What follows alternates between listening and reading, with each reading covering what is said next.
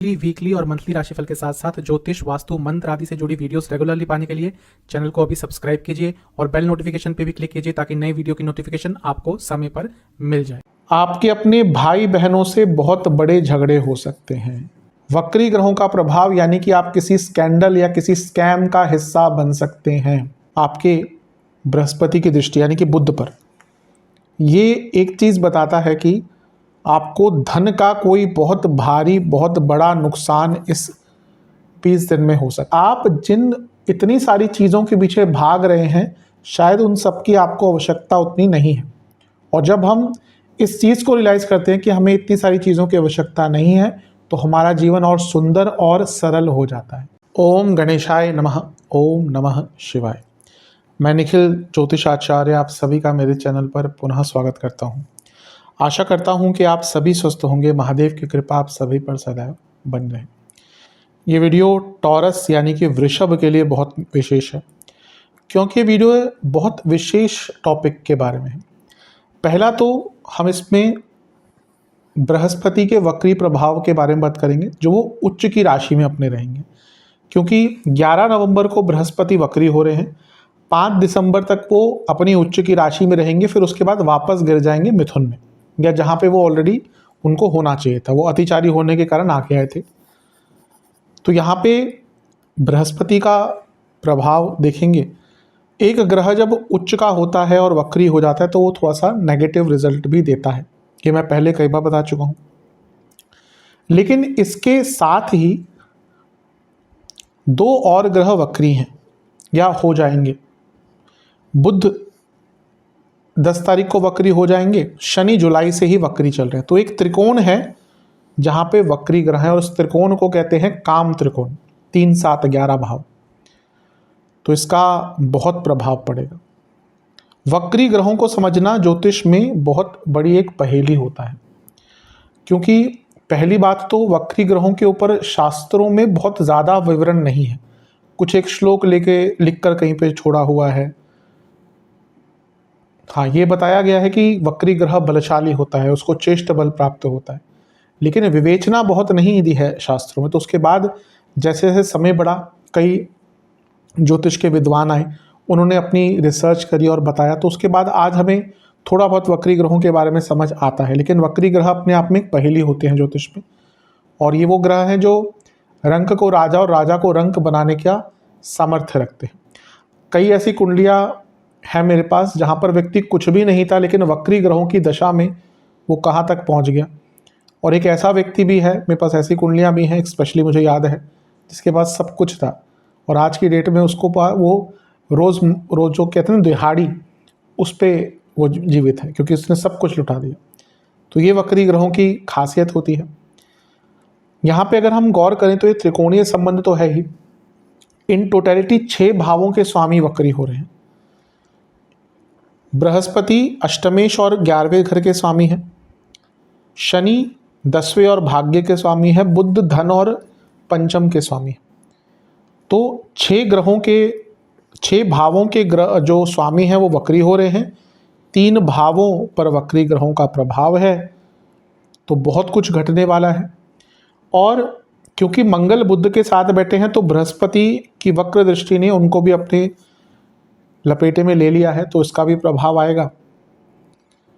लेकिन क्या वक्री ग्रह केवल बुरा ही प्रभाव देते हैं? ऐसा नहीं है। वक्री ग्रहों के कुछ अच्छे रिजल्ट भी होते हैं। इसलिए इस वीडियो को मैंने कुछ भागों में विभाजित कर लिया है। पहला होगा कुछ नेगेटिव पॉइंट्स, फिर कुछ संवेदनशील या एक्स्ट्रा केयरफुल चीज़ें, फिर कुछ अपॉर्चुनिटीज़, फिर पॉजिटिव्स, और उसके बाद हेल्थ। इन सब चीज़ों की विवेचना करूँगा, कुछ उपाय भी बताऊँगा, अवश्य करिएगा, उनसे बहुत लाभ प्राप्त होगा। लग्न राशि चंद्र राशि वृषभ है, दोनों ही देख सकते हैं, अलग अलग नहीं बन सकते। जहाँ से रिलेट सूट ज़्यादा करता है वहाँ से देखिए। व्यक्तिगत तौर पे मेरा मानना है लग्न से देखेंगे तो अच्छा है। इनकेस नहीं पता है आपको अपनी लग्न राशि, तो आप अपनी चंद्र राशि से भी इसको देख सकते हैं। शुरू करते हैं अत्यंत महत्वपूर्ण राशिफल का नेगेटिव पॉइंट्स के साथ। शुरू करेंगे हम नेगेटिव पॉइंट्स के साथ। सबसे पहला, आपके 11वें भाव में एक वक्री ग्रह है जो आपके योग कारक भी हैं, और आपके 11वें घर के स्वामी वक्री हैं, जो आपके 11वें घर को देख रहे हैं। तो ये साफ बताता है कि आपकी पेमेंट्स अटक सकती हैं, डिले हो सकती हैं, यानी कि धन से संबंधित कामों में डिलेज होंगे ही होंगे। अगर हम देखें तो आपके धनेश भी अभी वक्री हैं, यानी कि बुध, तो धन से संबंधित कार्य डिले होंगे। अगला पॉइंट, ये जो मैंने त्रिकोण की बात करी थी, 3, 7, 11, 3, 7, 11 ये वो भाव हैं जो काम त्रिकोण हैं, जो इच्छाओं से भी संबंध रखते हैं, जो कार्यों की पूर्णता से भी संबंध रखते हैं, जो जीवन की गति से भी संबंध रखते हैं, क्योंकि इसमें 2 उपचय भाव हैं, एक संपूर्णता का भाव है। तो आपके अधिकतम कार्य डिले होंगे, ये 20 दिन मान के चलिए। देखिए, ये मोटे मोटे तौर पर आप महीने के अंत तक का टाइम मान के चलिए। 5 दिसंबर को बृहस्पति वापस गिर जाएंगे, लेकिन महीने के अंत तक शनि वक्री हैं, बुध वक्री हैं 28-29 तक। तब तक ये 20 दिन मान के चलिए मोटे मोटे तौर पर, जो सबसे ज़्यादा कष्टकारी रहेंगे। तो यहाँ पे आपके काम डिले होंगे ही। अगला पॉइंट बहुत महत्वपूर्ण है, आपके अपने भाई बहनों से बहुत बड़े झगड़े हो सकते हैं। तीसरा भाव 11वां भाव इन्वॉल्व है, और इनकी दृष्टि है मंगल पर, जो कारक हैं भाई बहनों के। और क्योंकि मंगल आ गए पिक्चर में, यानी कि संपत्ति को लेकर भाई बहनों से झगड़े, वाद विवाद हो सकते हैं, इसकी बहुत संभावना है। अगला पॉइंट, ये जो भाव है सप्तम, यहाँ पर वक्री बुध है और मंगल दोष ऑलरेडी चल रहा है, सप्तम में मंगल है और इससे त्रिकोण में वक्री ग्रह। तो ये पूरा काम त्रिकोण, सप्तम से त्रिकोण भाव वक्री ग्रहों के प्रभाव में आ गया।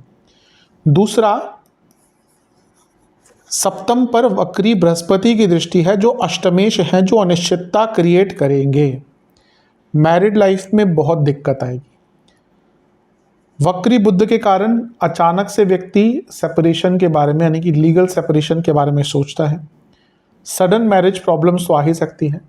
यहाँ पे कपल्स के बीच में फिजिकल इंटीमेसी की प्रॉब्लम भी आती है, कभी कभी उसके कारण भी दिक्कत बढ़ जाती है।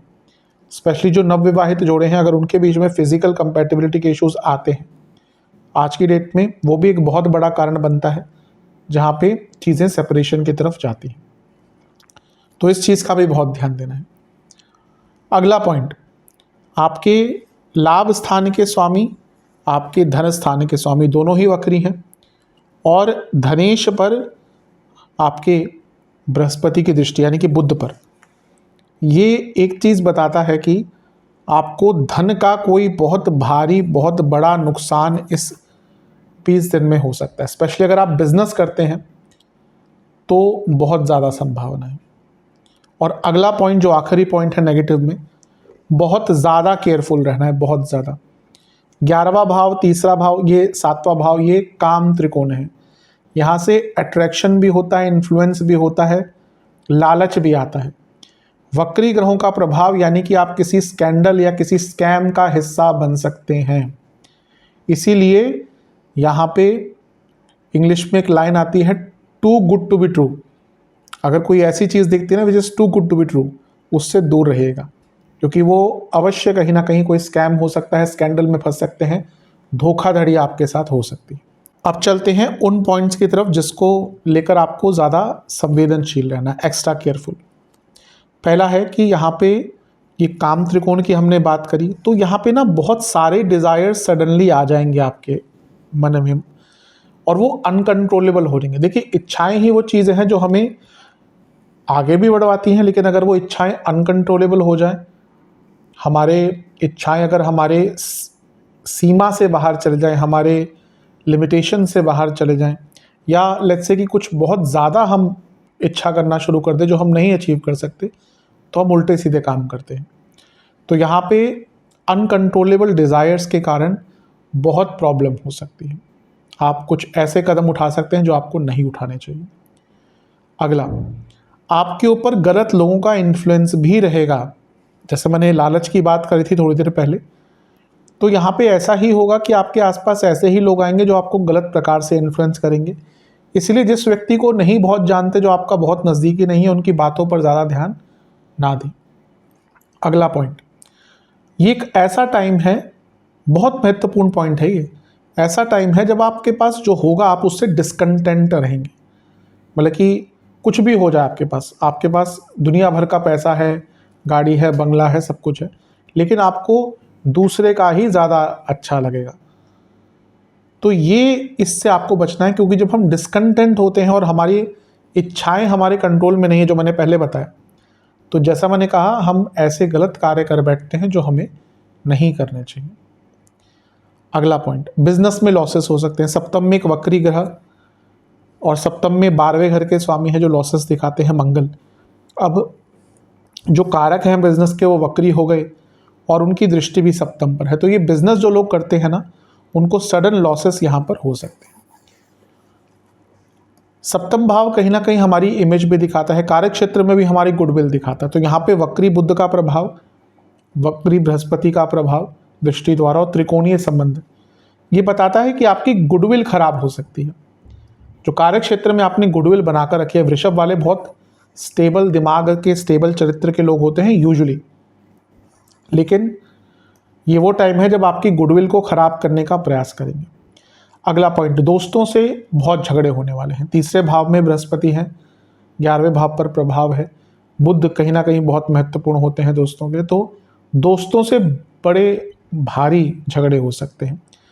दोस्तों से झगड़े मत कीजिएगा, क्योंकि दोस्त ही वो लोग हैं जो ऐसे समय पर काम आ सकते हैं, एटलीस्ट इमोशनल लेवल पर, जब बाकी लोग नहीं आ सकते। तो और प्रॉब्लम होती है, कभी कभी दोस्तों से झगड़े होते हैं तो सालों साल चले जाते हैं, बात ना की, इसलिए अवॉइड कीजिएगा। कलीग्स से भी झगड़े हो सकते हैं, ध्यान दीजिएगा। तीसरे भाव में एक अगला पॉइंट है, तीसरे भाव में एक वक्री ग्रह है जो कम्युनिकेशन के कारक है। दूसरे भाव के स्वामी वक्री हैं, वाणी के कारक हैं, और बृहस्पति वक्री है। तीसरा भाव कम्युनिकेशन का कारक है, दूसरा भाव वाणी का कारक है, और कम्युनिकेशन के कारक हैं बुध। ये सारे ही चीज़ें वक्री हैं, यानी कि आपको कम्युनिकेशन प्रॉब्लम बहुत आने वाली है। तो जो भी बोलें इस 20 दिन में बहुत सोच समझ कर बोलें, तभी अच्छा रहेगा। अगला पॉइंट, नवम के स्वामी यानी कि शनि, भाग्यस्थान के स्वामी वक्री हैं और भाग्य के कारक वक्री हैं और नवम को देख भी रहे हैं। भाग्य का बहुत साथ नहीं मिलने वाला इस 20 दिन में, तो भाग्य पर ज़्यादा आरूढ़ ना रहें, यानी कि भाग्य पर ज़्यादा डिपेंडेंट ना रहें, अपने कर्मों को प्रधानता देंगे तभी अच्छा रहे। अब चलते हैं अपॉर्चुनिटीज़ की तरफ। कुछ अपॉर्चुनिटीज़ भी ये जो वक्री ग्रह हैं ये प्रोवाइड करेंगे। सबसे पहला अगर हम देखें, जैसे मैंने कहा 11वें भाव में एक वक्री ग्रह है और 11वें भाव के स्वामी वक्री हैं, तो हाँ, कोई रिसेंट टर्म की पेमेंट आपकी अटक सकती है, लेकिन लेट्स से कोई बहुत टाइम से आपका पैसा या कोई काम फंसा पड़ा है, भाई कोई काम भी 2-3 साल हो गए नहीं, अटके जा रहा है, कोई पेमेंट है 6 महीने हो गए, 1 साल हो गए, 2 साल हो गए, वो पेमेंट अचानक से, वो काम अचानक से आपका बन सकता है।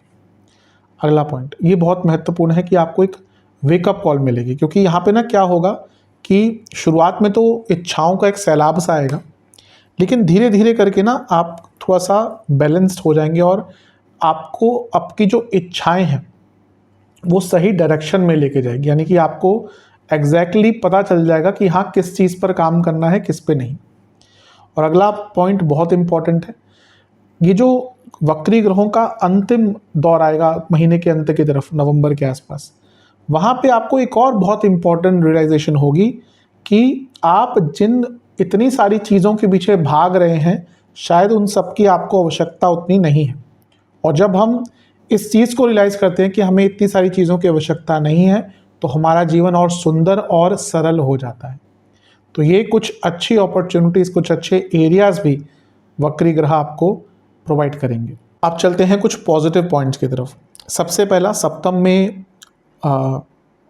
मंगल हैं, लेकिन महत्वपूर्ण है उससे कि यहाँ पर वक्री बुध हैं, वक्री बृहस्पति की दृष्टि है, जो एक प्रकार से अगर हम देखें सप्तम से अष्टम के स्वामी हैं। अनिश्चितता तो क्रिएट करते हैं, लेकिन अष्टम भाव अंत भी दिखाता है। वक्री बुध का होना यानी कि लीगैलिटी, लीगल केसेस। अगर आपका बहुत पुराना कोई डाइवोर्स केस चल रहा था, तो ये वो टाइम है जब वो ख़त्म हो सकता है, कि एटलीस्ट कॉम्प्रोमाइज़ की स्थिति उत्पन्न हो सकती है। हर व्यक्ति तो इससे रिलेट नहीं करेगा, लेकिन जो डाइवोर्स के पचड़ों में फंसे हैं उनसे पूछिए। शुरू में तो लगता है कि 2 महीने में सब खत्म हो जाएगा, लेकिन जब 2 साल निकल जाते हैं ना, फिर भी लगता है कि अगली तारीख कब है देखा जाए। तो व्यक्ति सोचता है कि इतना लंबा क्यों चल गया केस। तो उनके लिए ये बहुत महत्वपूर्ण है। मैंने कहा हर व्यक्ति शायद इस चीज़ से रिलेट ना कर पाए।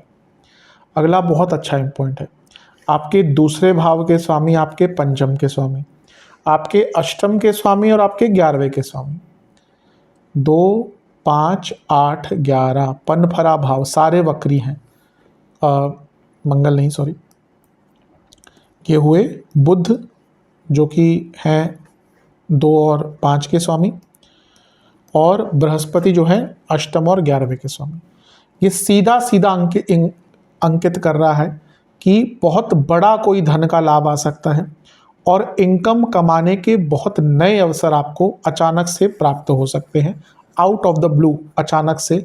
थोड़े अलग होंगे क्योंकि वक्री ग्रहों का प्रभाव है, लेकिन sudden money, sudden inflow of money, sudden change in income sources दिखता है। 7वें भाव पर वक्री ग्रह का प्रभाव है, 7वें भाव पर वक्री ग्रह की दृष्टि है। मंगल बैठे हैं जो 10वें से 10वें के स्वामी हैं। ये सीधा अंकित कर रहा है कि जो लोग जॉब करते हैं उनका रोल चेंज हो सकता है, और यही भाव इतना एक्टिवेटेड है, मंगल की ऊर्जा भी है, वक्री ग्रहों का प्रभाव भी है। तो अगर आप बिजनेस करते हैं तो बिजनेस में बहुत बड़े ट्रांसफॉर्मेशन का भी ये टाइम बन जाता है। चलते हैं सेहत की तरफ। सेहत के हिसाब से देखिए, आपको ENT की प्रॉब्लम तंग कर सकती है, गॉल ब्लैडर की प्रॉब्लम या किडनी का आपको कोई दिक्कत है, बहुत ध्यान दें। कफ की प्रॉब्लम बहुत रहेगी। सबसे महत्वपूर्ण है जिनको ब्रीदिंग इश्यूज रहते हैं, सांसों के रोग रहते हैं, और अगर स्पेशली आप ऐसी जगहों पे, तब दिल्ली वाले के आसपास रहते हैं, नॉर्थ इंडिया में, जहाँ पे AQI इतना ख़राब हो चुका है, तो आपको बहुत ज़्यादा ध्यान देना है। और केवल दिल्ली नहीं, और भी कई जगह हैं हमारा देश में, ऐसी कई सिटीज़ हैं जहाँ पे पॉल्यूशन बहुत ज़्यादा है। कई ऐसे देश हैं जहाँ पे हमारे जो एक नॉर्मल जो बन गया ना हमारे देश का AQI, उसका कितना 1% भी हो जाए तो वहाँ पे इमरजेंसी डिक्लेयर कर जाती है, सॉर्ट ऑफ इमरजेंसी, कि भी इतना AQI हो गया। लेकिन हमारे देश में है ऐसी अवस्था, क्या कर सकते हैं। तो अगर आपको ब्रीदिंग इश्यूज़ हैं, बहुत ध्यान दें, घर से ज़्यादा ना निकलें, घर में एयर प्योरीफायर का उपयोग करें, जो भी आप चीज़ें आपको सूट करती है वैसे करें। इन्फ्लामेशन बहुत रहेगा, जॉइंट पेन्स बहुत रहेंगे, और सडन इन्फेक्शंस भी आपको तंग कर सकते हैं। उपाय की बात करते हैं, आपको किसी भी मंदिर में हरी मूंग की दाल, चने की दाल और काले उड़द की दाल दान में देनी है। आपको गणेश चालीसा का 2 बार पाठ, शिव चालीसा का 2 बार पाठ और सुंदरकांड का 1 बार पाठ करना है। सुंदरकांड का पाठ नहीं कर सकते तो सुनिएगा केवल। एक पात्र में दूध, तिल का तेल, सफ़ेद तिल मिलाकर शिवलिंग का अभिषेक करें। फिर वहीं पर बैठकर ओम श्री कंठाय नमः महादेव का मंत्र है, और ओम भद्र गुणाय नमः ये शुक्र देवता का मंत्र है। इसका 108 बार जाप कीजिएगा। आशा करता हूँ वीडियो काम आएगी। चैनल पर नहीं सब्सक्राइब कीजिए, वीडियो को लाइक कीजिए। मिलता हूँ अगली वीडियो में, तब तक के लिए ओम नमः शिवाय।